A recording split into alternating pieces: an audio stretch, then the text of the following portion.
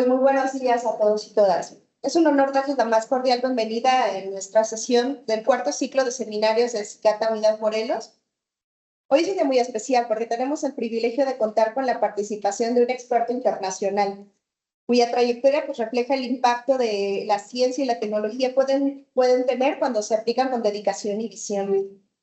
Más aún, es un orgullo para nuestra institución presentar a un egresado del Instituto Politécnico Nacional, quien ha llevado su formación académica al más alto nivel de la industria biotecnológica. Quiero dirigirme especialmente a nuestros estudiantes. Escuchar a alguien como el maestro en ciencias, Hernán Alejandro Ortiz Maldonado, es una oportunidad única para inspirarse en su propio camino. Él es una prueba viviente de que los conocimientos que ustedes adquieren hoy pueden convertirse en soluciones innovadoras que cambien su mundo. Su carrera es un testimonio de que la pasión, el esfuerzo y el compromiso pueden abrir las puertas a proyectos que trascienden fronteras y mejoran la vida de millones de personas. Como alguna vez dijo el visionario tecnólogo Elon Musk, creo que es posible que la gente común llegue a ser extraordinaria. El primer paso es creer que algo es posible, luego simplemente ocurrirá. Y hoy tenemos la oportunidad de ver cómo lo posible se convirtió en realidad a través del esfuerzo y la dedicación de uno de nuestros propios egresados. Ahora es un honor presentarles al maestro en ciencias Hernán Ortiz Maldonado, quien actualmente colabora con Sevafilaxia en Hungría. El maestro Ortiz es ingeniero biotecnólogo egresado al Instituto Politécnico Nacional con una maestría en ciencias bioquímicas por la Universidad Nacional Autónoma de México. A lo largo de más de una década de experiencia, ha liderado importantes proyectos en empresas como Ceva Santé Animal, Drogmex, Boehringer Ingelheim, contribuyendo en la producción industrial de bioterapéuticos, la transferencia de tecnología y la optimización de procesos en varios países, incluyendo México, Canadá y Hungría.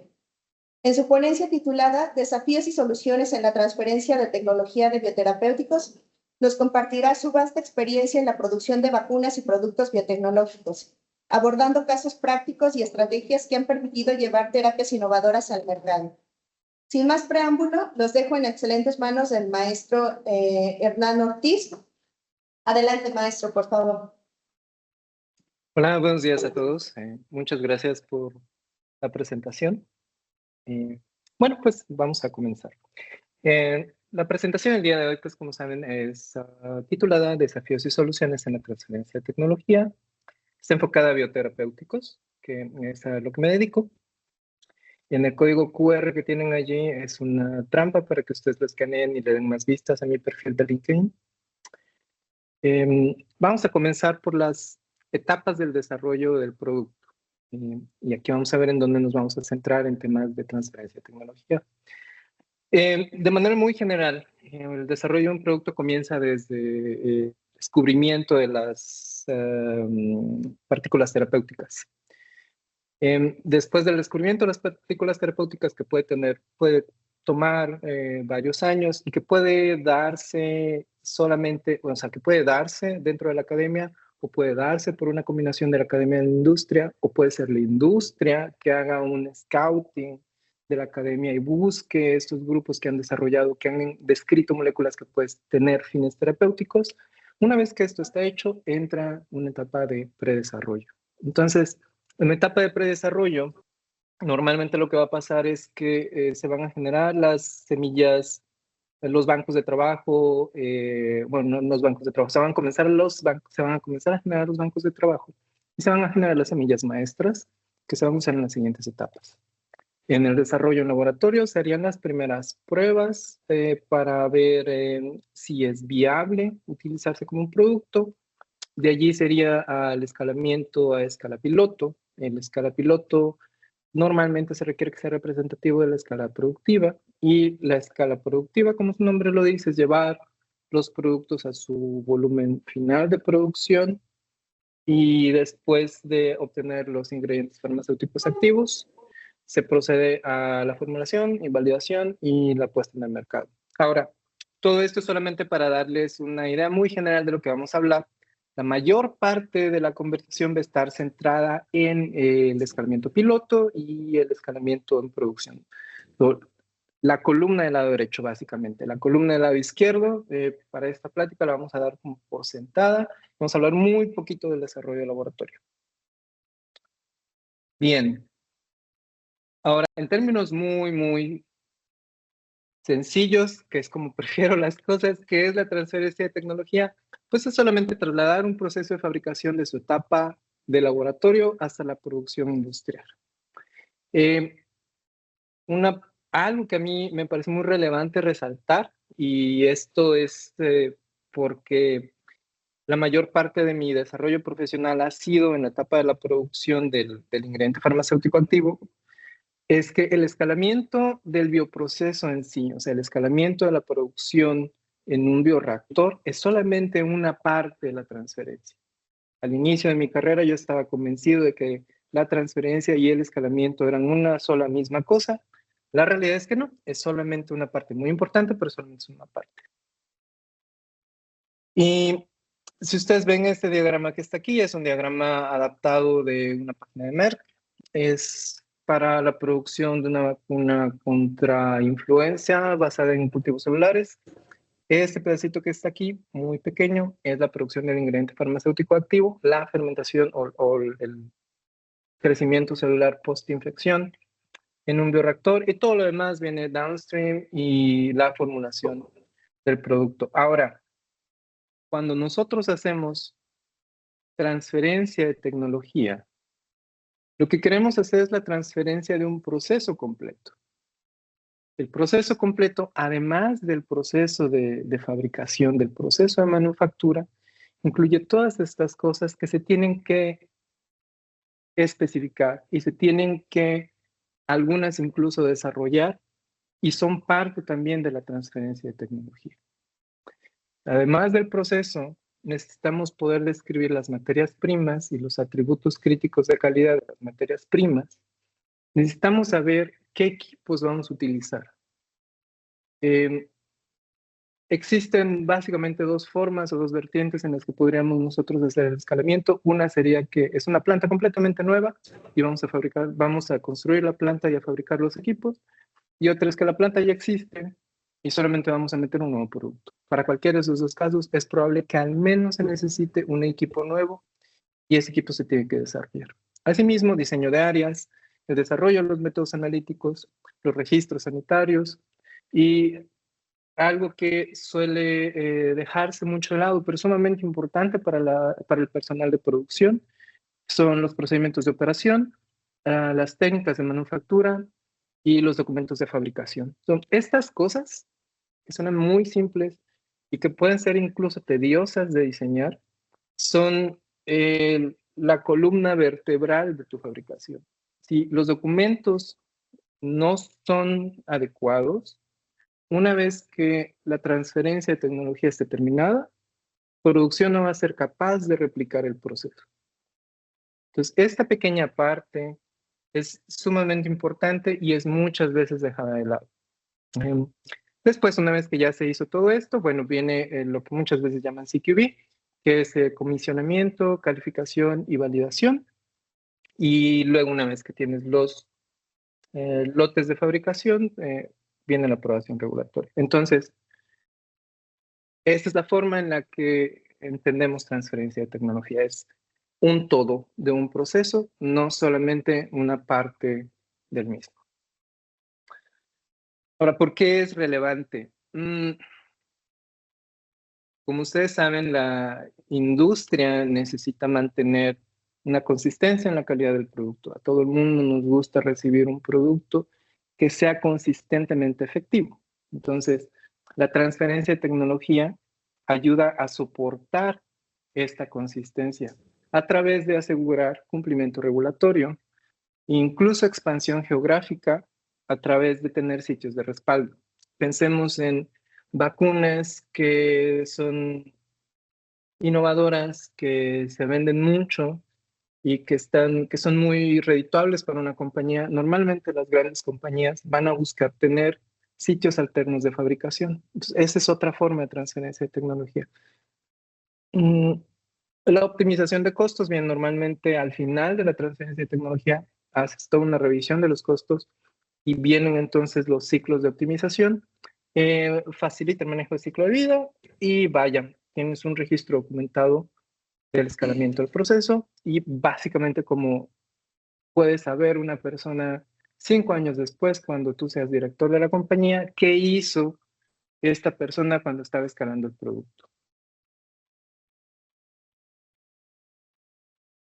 Los retos que en lo personal creo yo son importantes y de los que me gustaría hablar aquí, no es que sean los únicos retos. Uno es muy conocido por todos, la variabilidad de los procesos biológicos. Y con eso hay a veces cuando se comienzan a hacer las primeras pruebas de los procesos a escala laboratorio, operaciones que no son escalables.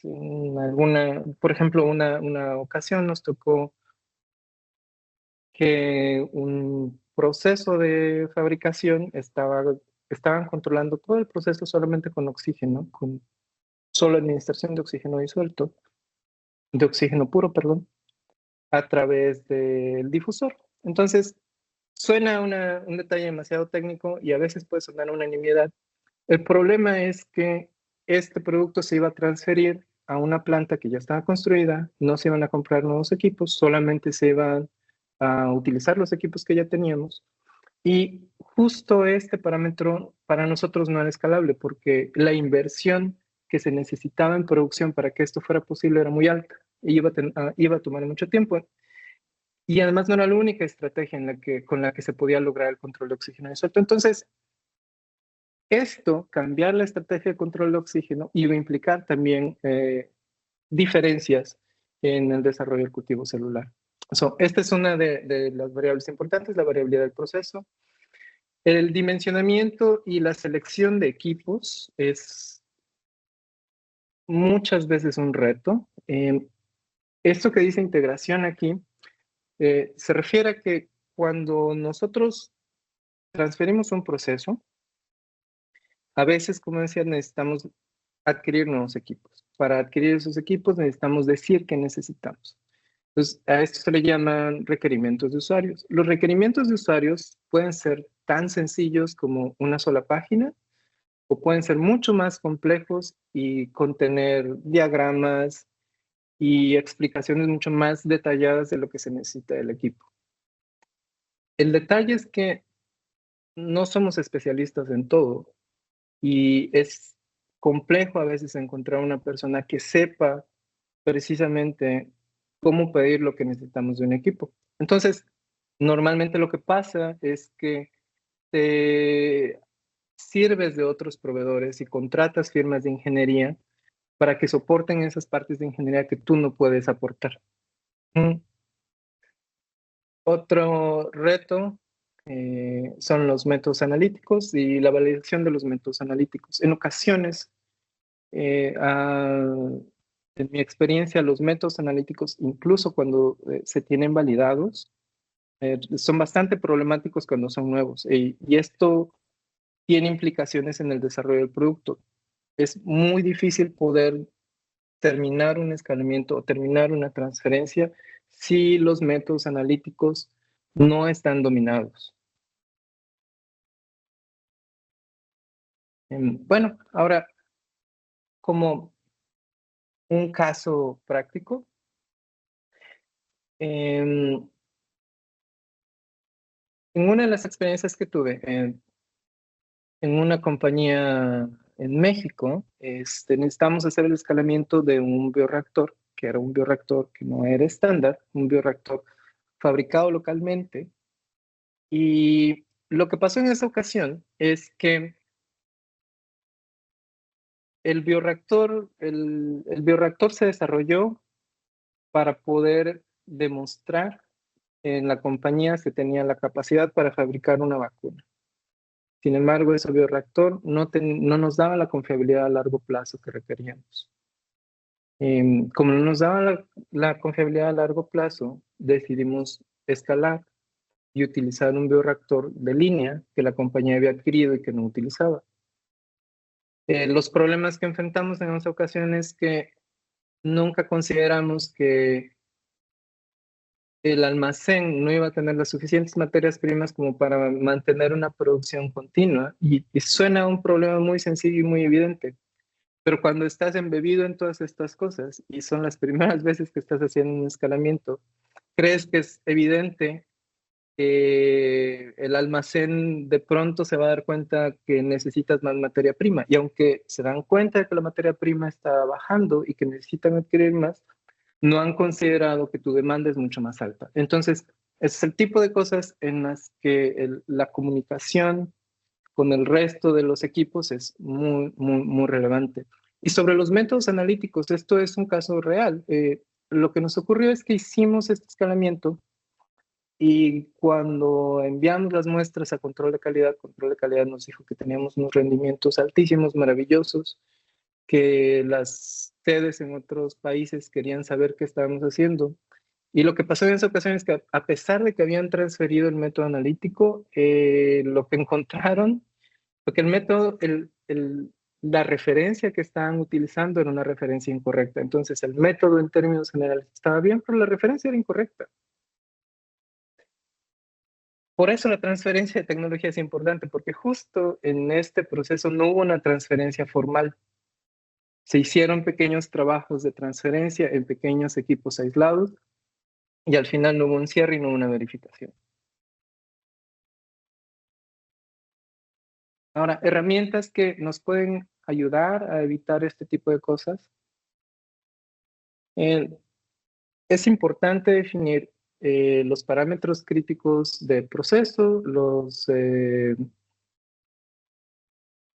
parámetros, los atributos críticos de calidad del producto, la caracterización del equipo. En cuanto al caso anterior, lo que nosotros hicimos para poder solucionar los problemas que teníamos con el tanque hecho en casa fue caracterizar el bioreactor, que era un bioreactor de línea, pero no teníamos mucha información de él, entonces tuvimos que caracterizar el bioreactor. Y aunque los incrementos en rendimientos no eran tan maravillosos como inicialmente creíamos, la caracterización nos ayudó a darnos cuenta por dónde nos podíamos ir. Ahora, ¿quién hace la transferencia de tecnología? Habíamos hablado hace un momento de que es necesario hablar con otras áreas, es necesario comunicarse con otras áreas. Y la transferencia de tecnología, como digamos, tendría dos equipos. Tendría un equipo core, un equipo principal, que es investigación y desarrollo, industrialización, que tiene diferentes nombres, pero es básicamente la gente que hace las escalas piloto, producción, calidad y asuntos regulatorios.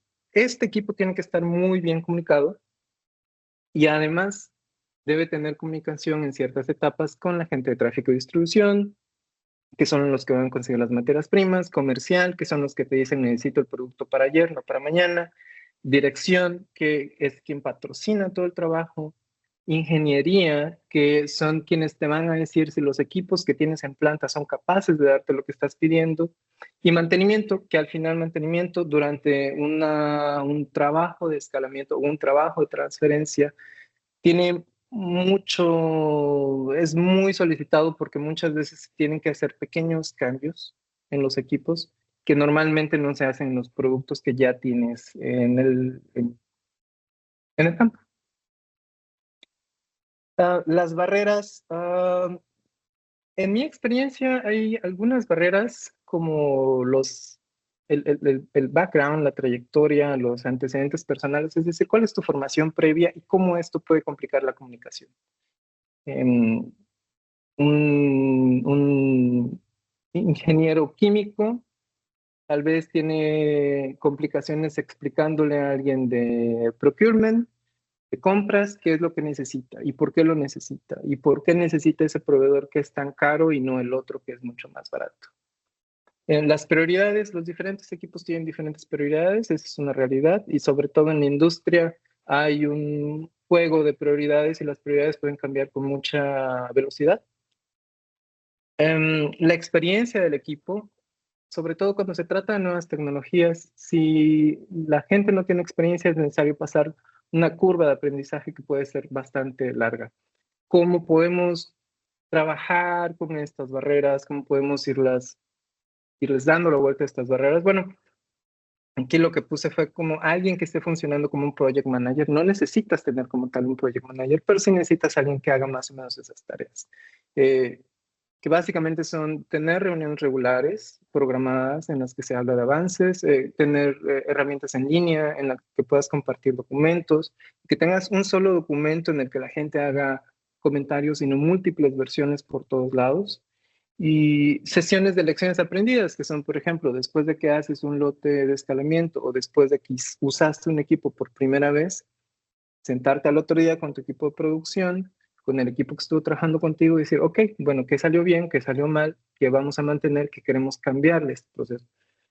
Son reuniones que toman muy poco tiempo y que suelen ser muy benéficas durante la etapa de escalamiento. Hablando un poco de la comunicación, este es otro caso real. En otra compañía, durante un proceso de transferencia, al inicio del proceso de transferencia, investigación y desarrollo terminó unas pruebas de un nuevo método de inoculación que estaban usando. Y ese nuevo método de inoculación sonaba muy prometedor porque iba a reducir notoriamente cuánto tiempo necesitábamos para hacer la inoculación y cuánta gente necesitábamos para hacer la inoculación. En ese producto necesitábamos, ya con el proceso escalado, alrededor de 10 personas haciendo la inoculación durante 4 horas.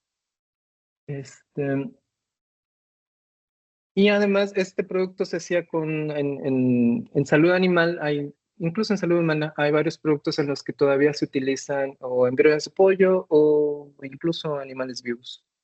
Entonces, este producto tenía este método de inoculación, tenía algunas preocupaciones de bienestar animal.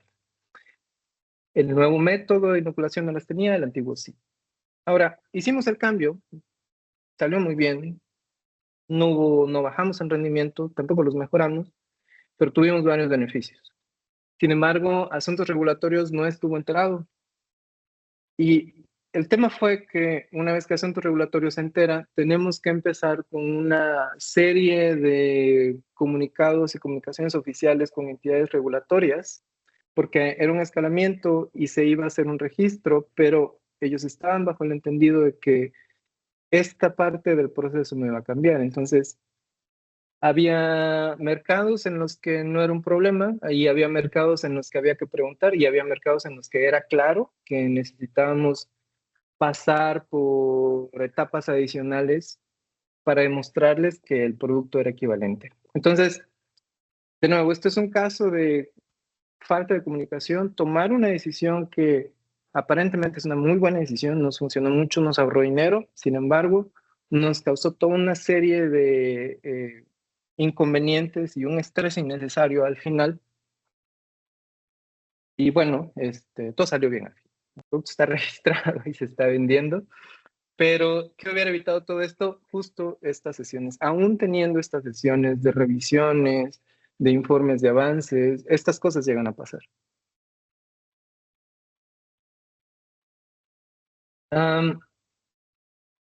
Vamos ahora a centrarnos en cómo vamos haciendo la transferencia de tecnología cuando la planta ya la tenemos y lo único que vamos a hacer es meter un nuevo producto a la planta de fabricación.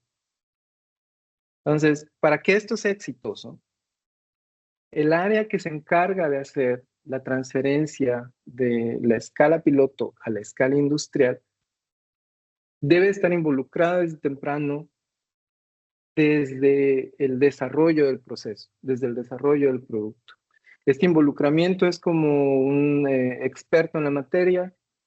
No necesitas estar allí como ejecutando, pero necesitas estar enterado de que algo está pasando y que se están definiendo, porque es en esta etapa muy temprana en donde se define cómo tiene que ser el producto, en el que la gente de comercial va a decir, ok, mis clientes allá afuera esperan A, B, C y D del producto, y básicamente se hace una carta de deseos de lo que queremos en el producto al final, y se define, ok, esto es imprescindible, esto es negociable.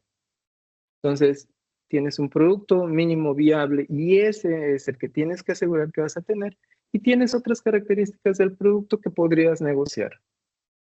Entonces, es importante que si estás encargado de hacer estas transferencias, tengas desde el principio una idea de qué se está pidiendo para que puedas ver si esto es posible o si puede causar algún problema en la escala productiva. De nuevo, comunicación constante, definir los requisitos que el proceso, que el producto debe cumplir para cada etapa. Entonces, lo que está pasando aquí es que vamos a tener una aproximación por etapas.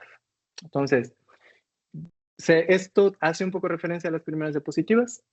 La primera etapa, digamos, es la etapa de predesarrollo, donde hablamos de que se define qué esperamos del producto, cuáles son sus atributos críticos de calidad y se hace un análisis de riesgos para definir si el producto realmente es interesante para el mercado y qué puede implicar para la compañía. Es un análisis de riesgo todavía muy preliminar, pero que nos da una idea de si al final es un negocio o no es un negocio. Después de que tenemos estas primeras aproximaciones, vamos al laboratorio y lo que esperamos nosotros del laboratorio, y esto es importante, o sea, estas etapas es importante tenerlas claras y es importante tener claro qué esperamos de cada etapa. Eso nos va a ayudar a que al final la transferencia sea exitosa y no perdamos información en el camino. Ahora, de nuevo, escalamiento en laboratorio. ¿Qué se espera? En el laboratorio necesitamos comenzar a evaluar los atributos críticos de calidad. Los atributos críticos de calidad son básicamente las pruebas de liberación del producto en algún punto, los métodos analíticos que vamos a necesitar.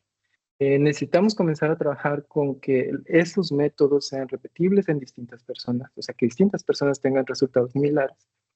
Necesitamos comenzar a definir el espacio de diseño, que el espacio de diseño es mi producto en estas etapas es aún viable. Es decir, si tengo un tanque y estoy creciendo células, la concentración de oxígeno en suelto puede ir de este rango a este rango y no va a tener un impacto negativo en el producto, o lo va a tener, pero aún así el producto cumple con los atributos críticos de calidad. Entonces, esta relación entre los parámetros de proceso y los atributos críticos de calidad es importante.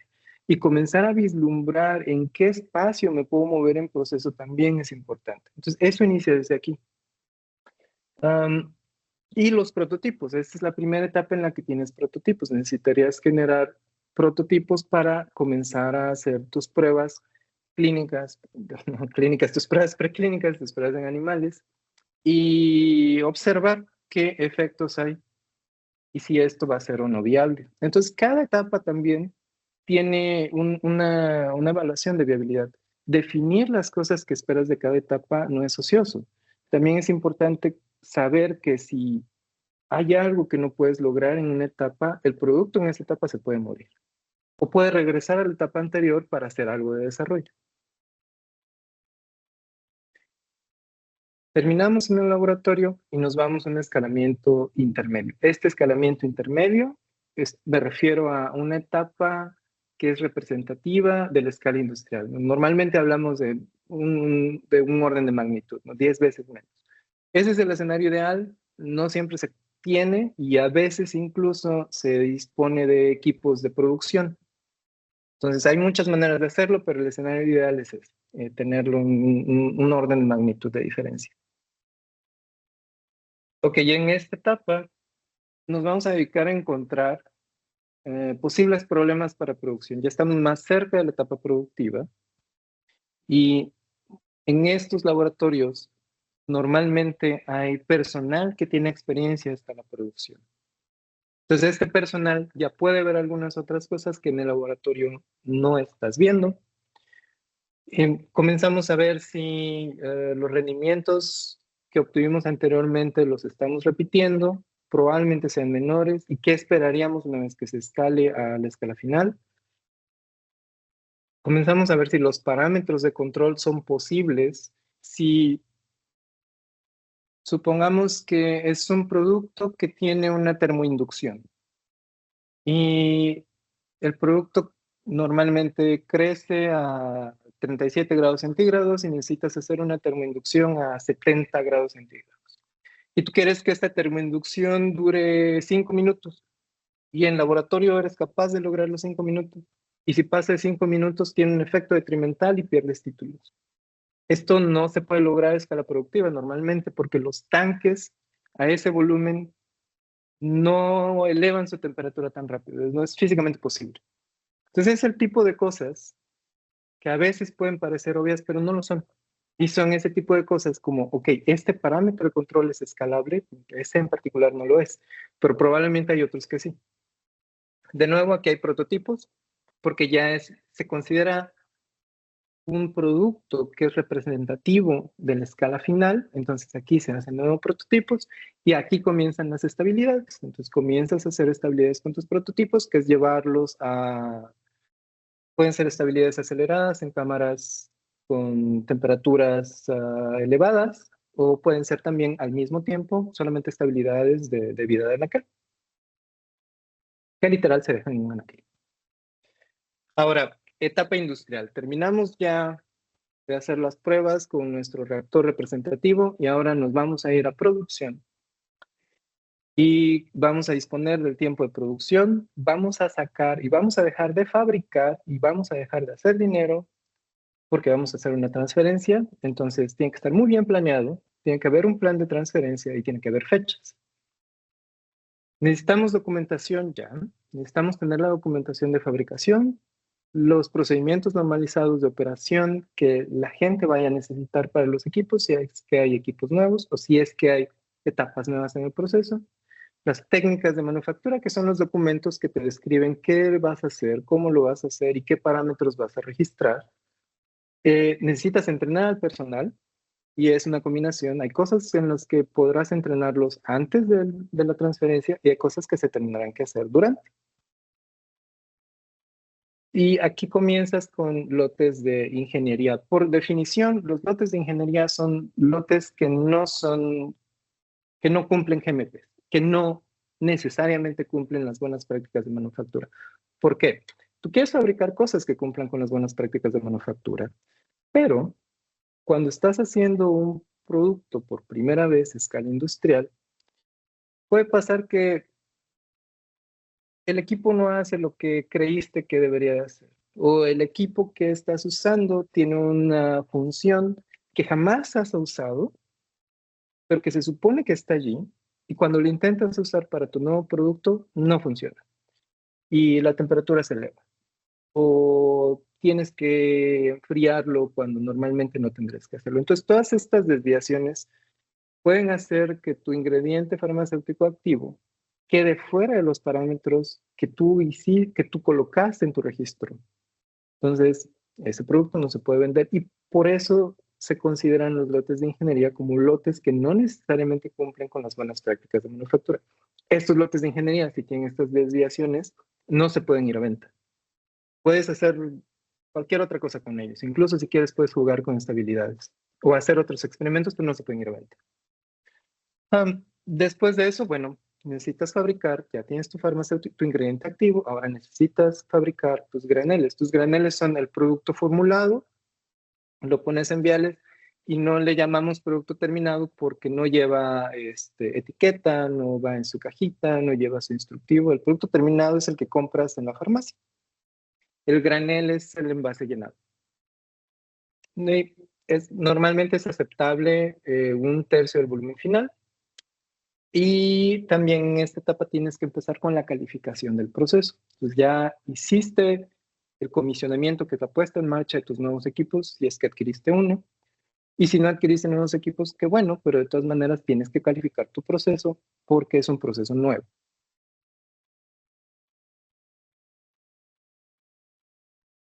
Y ya cuando terminaste de hacer el escalamiento, digamos que pasas a la etapa de manufactura. Ya hiciste tus lotes de prelicenciamiento, ya se licenció tu producto y entonces pasas a la etapa de manufactura, la etapa de fabricación normal.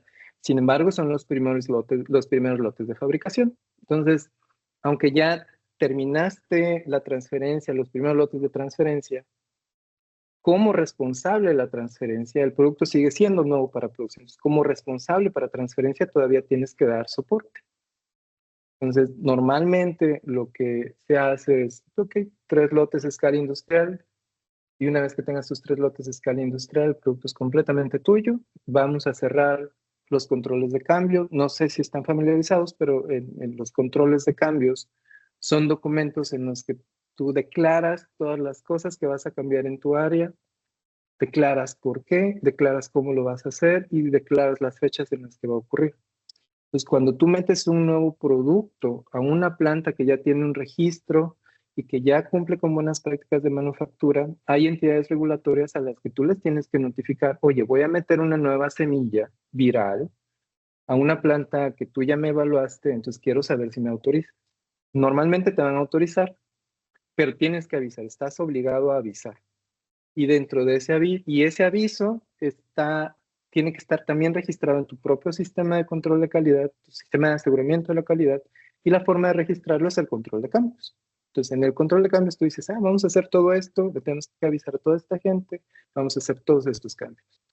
Se acabó la transferencia, se acabaron las etapas de manufactura, vámonos de nuevo a revisar nuestro control de cambios y vamos a cerrarlo por completo. A menos que haya algunas otras acciones que por alguna razón tengan que ocurrir después de la etapa de transferencia, pero normalmente si necesitas hacer algo después de la etapa de transferencia, bueno, ya sería como manejo de ciclo de vida del producto. Entonces, tú ya cerraste tu transferencia, la transferencia es un proyecto, entonces tiene un inicio y un fin. Terminas tu transferencia y entonces puedes empezar otro ciclo, los ciclos de optimización. Ya sabes, porque acabas de hacer tu transferencia, que el proceso tiene ciertas dolencias y podría mejorar aquí, aquí, acá. Entonces puedes ahora proponer un nuevo proyecto en el que digas, ok, ahora podemos optimizar A, B, C y D y priorizar.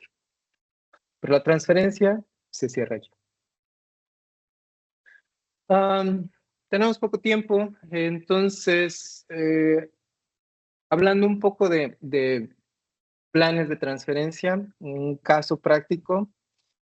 En una compañía teníamos 7 antígenos. Con esos 7 antígenos se formulan 3 productos diferentes. La complejidad venía en que a la hora de hacer la transferencia, como teníamos 7 antígenos y nos vamos por lo que normalmente hacemos de hacer 3 lotes de antígeno por cada uno, tendríamos que hacer 21 lotes solamente para la transferencia. Entonces, la estrategia que seguimos fue como estos 7 antígenos, aunque eran diferentes, en realidad solamente eran diferentes especies y algunos diferentes cepas. Lo que hicimos un estudio, un diseño de experimentos en el que nosotros, jugando con ciertos parámetros, podríamos meter solamente 3 lotes, combinando 3 lotes, y eran, si no me recuerdo, cada uno de antígenos diferentes. Y la entidad regulatoria lo aceptó. De lo que no nos salvamos fue que, ok, las formulaciones sí son diferentes, entonces de las formulaciones sí tuvimos que hacer los 3 lotes, pero esto era esperado. Entonces, de nuevo, el mensaje de esta diapositiva es solamente tener un plan de transferencia es muy benéfico, le inviertes tiempo, pero al final te puedes incluso ahorrar este tipo de cosas, no tener que hacer toda esta serie de experimentos, y eso incluso le ahorra dinero a la compañía. Muy bien, pues hablé muy rápido, pero parte del mensaje de esta presentación es decirles, la transferencia no es un show de una sola persona, necesitas un equipo multidisciplinario, necesitas tener comunicación abierta con tu equipo, y la transferencia incluye el proceso completo.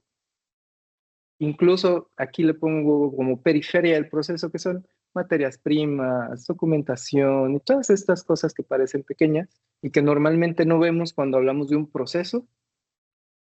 Los entregables deben de estar muy claros por las etapas, porque de nuevo, estas etapas y estos entregables, si no se generan y si no los podemos cumplir, bueno, eso nos da a nosotros la oportunidad de parar el desarrollo en una etapa y regresar y componerlo, o simplemente decidir que el producto no fue viable.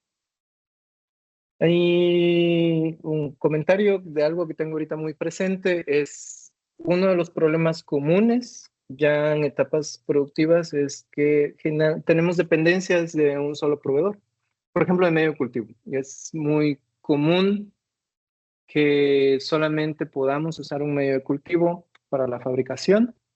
Si quieres usar un medio de cultivo diferente, necesitas avisar a la autoridad y es una serie de pasos que toman tiempo y es más común de lo que queremos que los proveedores tengan problemas a la hora de fabricar. Al final ellos también están fabricando, que tengan problemas a la hora de fabricar sus medios de cultivo.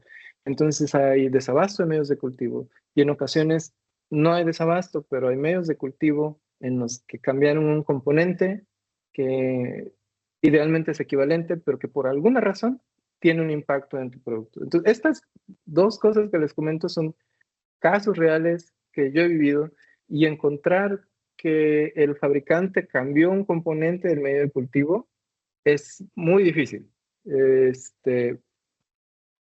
Normalmente avisan, pero si pasa que a alguien se le olvidó enviar el comunicado, es muy difícil encontrar que eso fue lo que estuvo afectando tu fabricación, sobre todo si no mantienes una vigilancia continua de tu producto, de tu proceso y al final tablas declarando qué es lo que usaste, que a ti te permitan analizar en dónde estuvieron los cambios y cuándo comenzaste a ver diferencias.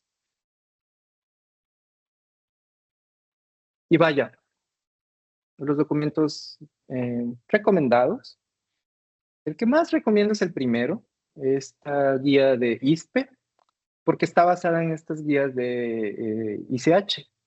Entonces, leer la guía de ISPE te da mucha de la información que necesitas para transferencia de tecnología que está en estas guías de ICH.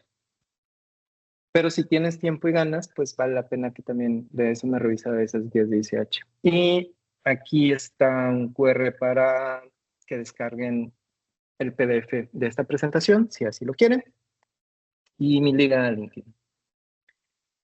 Y pues yo creo que podemos empezar con preguntas, si es que hay alguna. Sí, bueno, abrimos por favor el micrófono a los participantes que están tanto vía virtual como presencial. Creo que es una muy valiosa oportunidad que no pueden dejar pasar nuestros estudiantes, porque no siempre tenemos invitados de la industria. Generalmente traemos gente de academia. A veces los académicos estamos limitados en conocer estas partes que los industriales viven el día a día.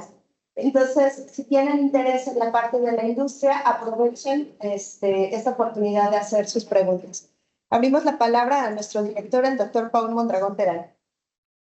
Ayola, muchas gracias por la presentación. La verdad es que muy importante todos los datos que nos compartió, pero quisiera preguntar un poco para los estudiantes y también para nosotros como investigadores, si nos puede compartir en su experiencia 2 ejemplos de la transferencia con menor costo en términos de financiamiento que se utilizó y aquella con mayor costo.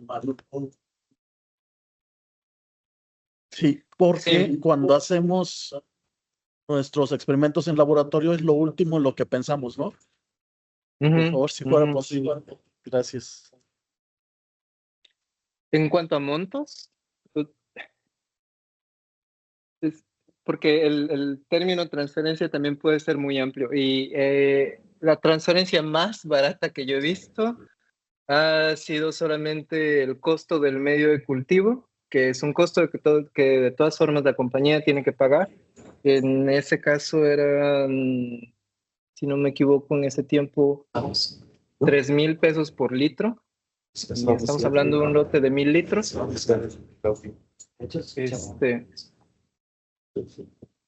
Y creo que es el primer ejemplo, que es pasar del pequeño bioreactor hecho en casa al era un reactor de 1,000 litros de línea.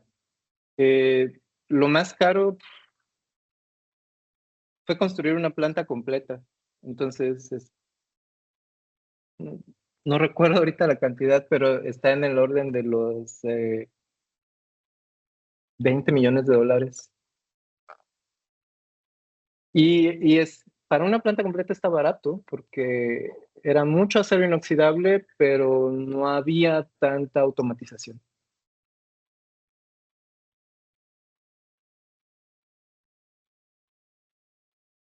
No sé si respondí a la ¿Se pregunta. puede acercar a la computadora de la doctora Adriana para hacer las preguntas ahí? Tiene otra el doctor Mondragón. Bueno, otra pregunta con respecto a este tema de tener solo un proveedor. Me parece que puede ser un tema bastante complejo y que al final les puede traer muchos problemas en términos de la producción. No sé cómo lo ven, porque creo que había un ejemplo que mostraba. Sí, lo que pasa es que normalmente el medio de cultivo se declara. O sea, cuando se hace el registro del producto, se declara en el outline de producción el medio de cultivo que estás utilizando. Entonces, si quieres utilizar proveedores alternativos, se permite, pero los tienes que declarar. Y necesitas explicarle a la entidad regulatoria por qué tu producto es equivalente. Y necesitas demostrarlo. Entonces, lo que pasa en muchas ocasiones es que el producto se registra con el primer medio de cultivo que tenemos para comenzar a vender e idealmente la investigación continúa con el producto estando en el mercado. Entonces, por ejemplo, ahorita en un producto en el que estamos trabajando, el producto ya está registrado, ya se registró a principios de este año. Ya tenemos el stock de seguridad que necesitamos para meter el producto a mercado, pero en paralelo se está haciendo, tenemos un proyecto para cambiar el método de cultivo y llevarlo a alta densidad celular. Y otro proyecto buscando medios de cultivo alternativos. Entonces están como escalonados todos esos proyectos.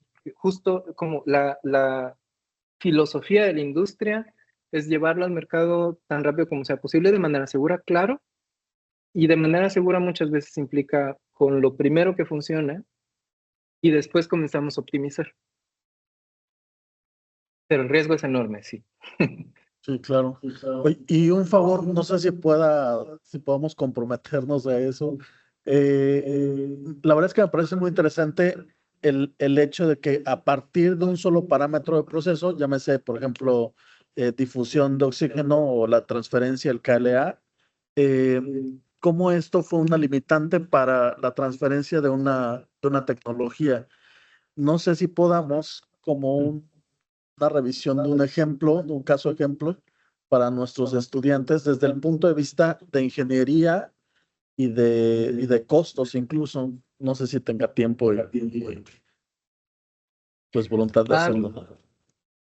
Voluntad, a mí me da mucho gusto poder compartir mi experiencia. Voluntad sí hay.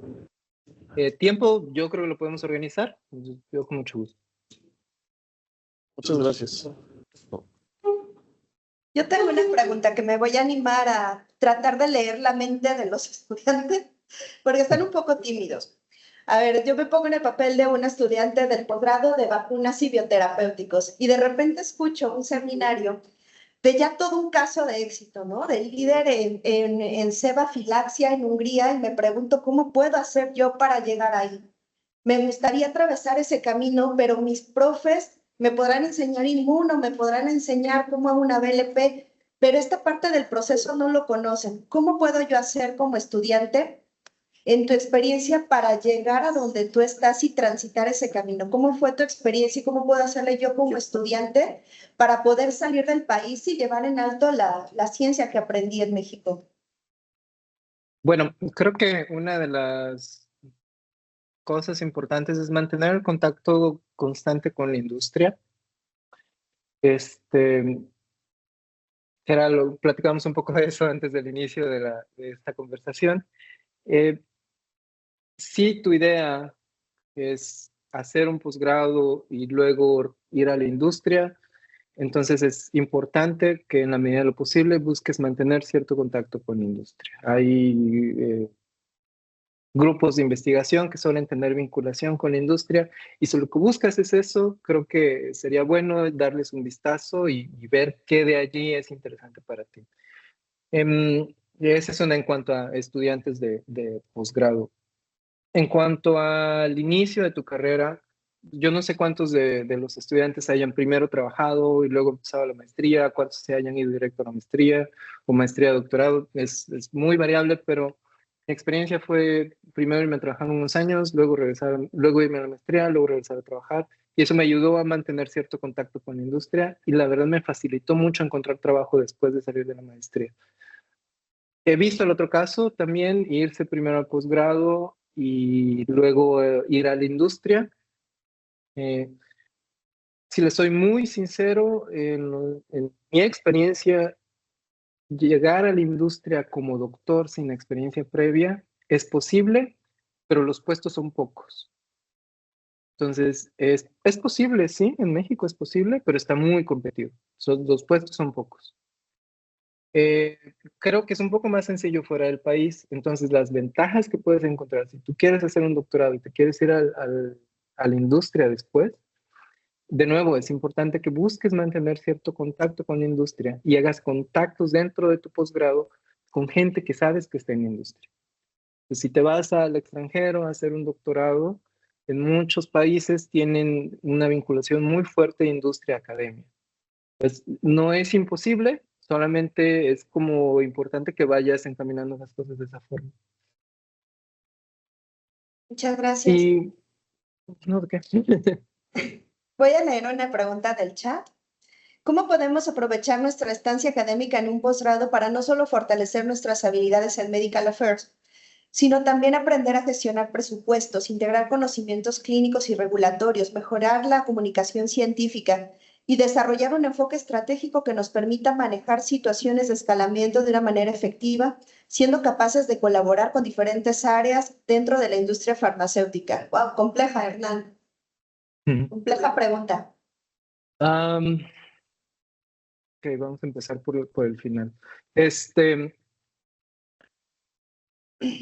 En mi experiencia, ahora yo me dedico a transferencia, ¿no? Y a esta parte del escalamiento. Mi carrera no comenzó allí, mi carrera comenzó en producción.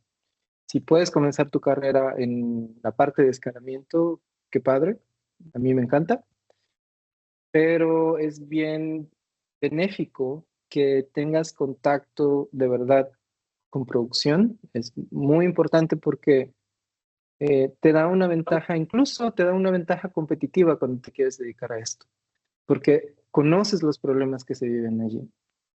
Sabes cómo, incluso sabes qué podría hacer la gente en términos de un problema muy común. No hay registros en tiempo. Tienes una técnica de manufactura fantástica, pero la gente no la usa, no la llama. Entonces, este tipo de cosas son las que aprendes cuando tienes contacto con producción. Y en ese sentido, cómo integrar el resto de los conocimientos, en mi opinión, puedes incluso hacer cursos, pero comenzar a trabajar con personas que están en esas áreas, como acercarte a ellos, como tú mismo llegar y decir, ok, vamos a hacer, vamos a fabricar 4 lotes este mes de una vacuna. Entonces, ok, oye, ¿y cuánto me cuesta si se me contamina un lote? Tú puedes ir a preguntarle a la gente de planeación, a la gente de finanzas, oye, pues nada más como para darme una idea, ¿cuánto me cuesta que se me contamine un lote? Y es este tipo de preguntas que son muy francas, que son muy sinceras, que incluso a ti te dan una idea del impacto que tiene tu trabajo, te ayudan también a darte cuenta, ok, ¿en dónde estoy parado? Ok, esto me cuesta un lote, ¿cuánto me voy a gastar si compro un filtro? A veces las conversaciones son, ok, ¿quieres comprar un nuevo tanque? Pero está muy caro. Sí, pero ese tanque me asegura o me reduce la posibilidad de contaminación. Y ese tanque con el primer lote que se me contamine ya se pagó. Entonces, ¿es caro? Sí, pero perdemos más si no lo compramos.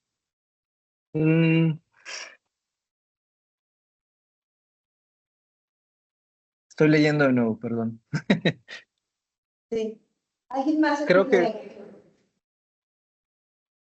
De hecho, ese ejercicio lo hacíamos en el laboratorio. Llegamos a ser contemporáneos en un grupo de investigación y uno de los líderes del laboratorio nos hacía eso. Cuando como estudiantes nos equivocábamos en un proyecto y de repente se llega a sentir un poco feo, pero el maestro tiene toda la razón del mundo. No me salió el experimento, se me contaminó el cultivo, se me cayó el frasquito. Ah, sin problema, no te lo voy a cobrar, pero obviamente, pero ¿cuánto costó tu error?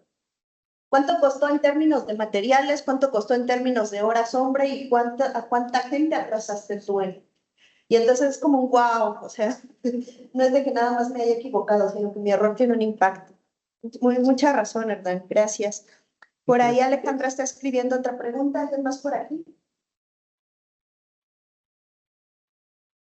¿Cómo ha sido trabajar o qué diferencias culturales has estado? Tú has estado aquí me parece que estuviste un tiempo en Berit y Arija, ¿no? En Guadalajara. Sí, estuve en Mérida, en Sí. Guadalajara. Ajá. ¿Qué diferencias has encontrado tú entre la forma de trabajar de aquí en México a lo que te topaste en Canadá, en Hungría? Porque una de las diapositivas que mostraste era justamente esas barreras, ¿no? Desde la del idioma, la formación y el cómo comunicarnos. ¿Cómo fue esa transición? La verdad es que el idioma sí puede ser una barrera. Sobre todo aquí en Hungría eh, se habla húngaro, ¿no? La gente con la que trabajo, la gente que está alrededor de mío, habla inglés, pero su idioma nativo es húngaro. Yo no hablo húngaro. Estoy aprendiendo, pero como toda cosa nueva toma tiempo. En ocasiones, por la manera, yo insisto mucho en trabajar cerca de producción y dentro de mi estilo de trabajo es ir con la gente y si tu trabajo es resolver problemas, pues tienes que saber qué problemas hay y qué los están causando. Y entonces es muy fácil saber qué problemas ocurren cuando te relacionas con la gente y platicas con la gente y te dicen, oye, es que fíjate que sí, les acabamos de decir que tenemos esta bronca, pero la verdad es que viene pasando desde hace 6 meses. Dices, pues es que no es nuevo, entonces, a ver, vamos a ver. Eso es mucho más difícil, 100 veces más difícil si no hablas el idioma, porque ya de entrada, aunque ellos hablen inglés, porque aquí ya te estoy diciendo de ir a piso y hablar con los técnicos de producción, y algunos de ellos hablan inglés, pero aunque hablen inglés, no se siente natural estar platicando contigo y contarte eso, ya es una primera barrera. Formas de pasar ese pequeño bache, sinceramente lo que he visto aquí es, aprende un poco el idioma, comienza a relacionarte y usa el idioma, aunque no lo hables bien, no pasa nada. Eso abre un poco la confianza de la gente. Eso da pie a que, ok, bueno, está intentando y entonces facilita un poquito la convivencia.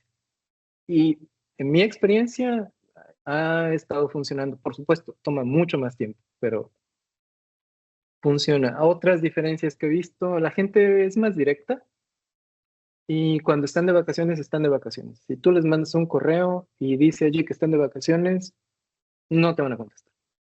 Se puede estar cayendo la planta, no te van a contestar. Exacto. Es importante, muy importante.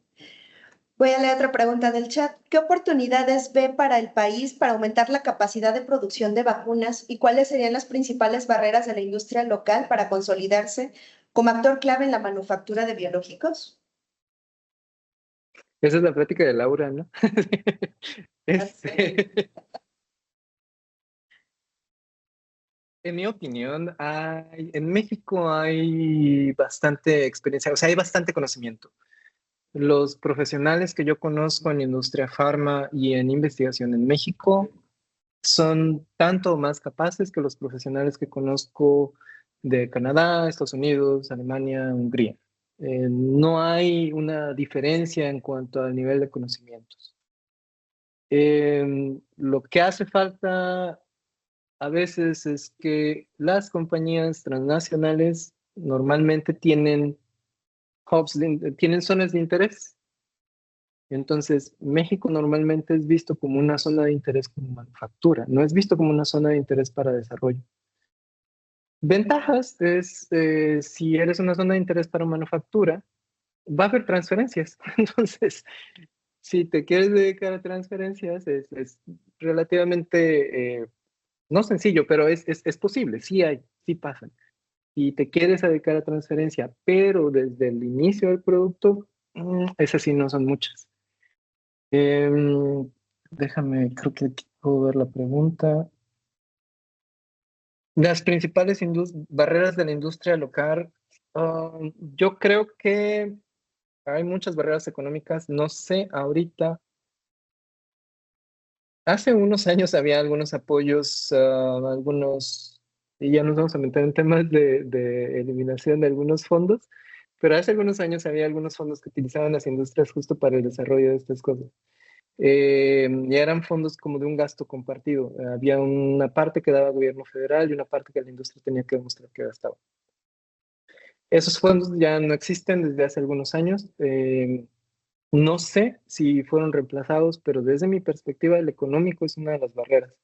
Y la otra cosa es que hubo algunas compañías que comenzaron a desarrollar biotecnológicos y encontraron en sus análisis que les salía más barato traer los ingredientes activos de la India, por ejemplo, y dedicarse a formulación.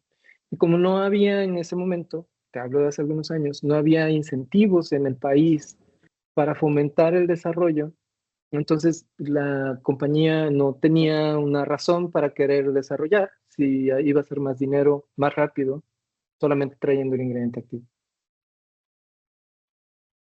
Entonces, desde mi perspectiva, hay barreras regulatorias, hay barreras económicas y hay algún soporte que es difícil de alcanzar. Sin embargo, experiencia, creo yo, hay, conocimiento hay, y la profesionalización en México, desde mi perspectiva, es lo suficientemente buena como para hacer esto. No hay, de nuevo, una diferencia entre los profesionales mexicanos y el resto del mundo. Gracias, Hernán. Luciana Gerardo pregunta, una vez teniendo estos contactos sólidos dentro de la industria farmacéutica, ¿cómo podemos aprovechar esas relaciones para facilitar la transición hacia una biofarmacéutica?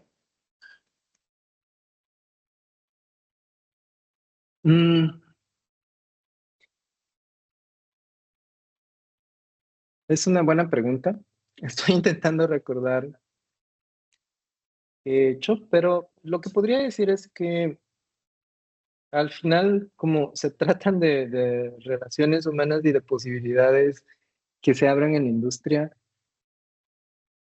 es difícil de responder. Es una pregunta difícil de responder para mí. No sé cómo responderla porque la industria tiene sus tiempos también. La industria tiene momentos en los que va a necesitar personal y va a abrir muchas contrataciones y ahí es donde tú puedes aprovechar el tener muchos contactos de la industria. Hay puestos que en ocasiones no se publican y que solamente son puestos referidos y hay puestos en los que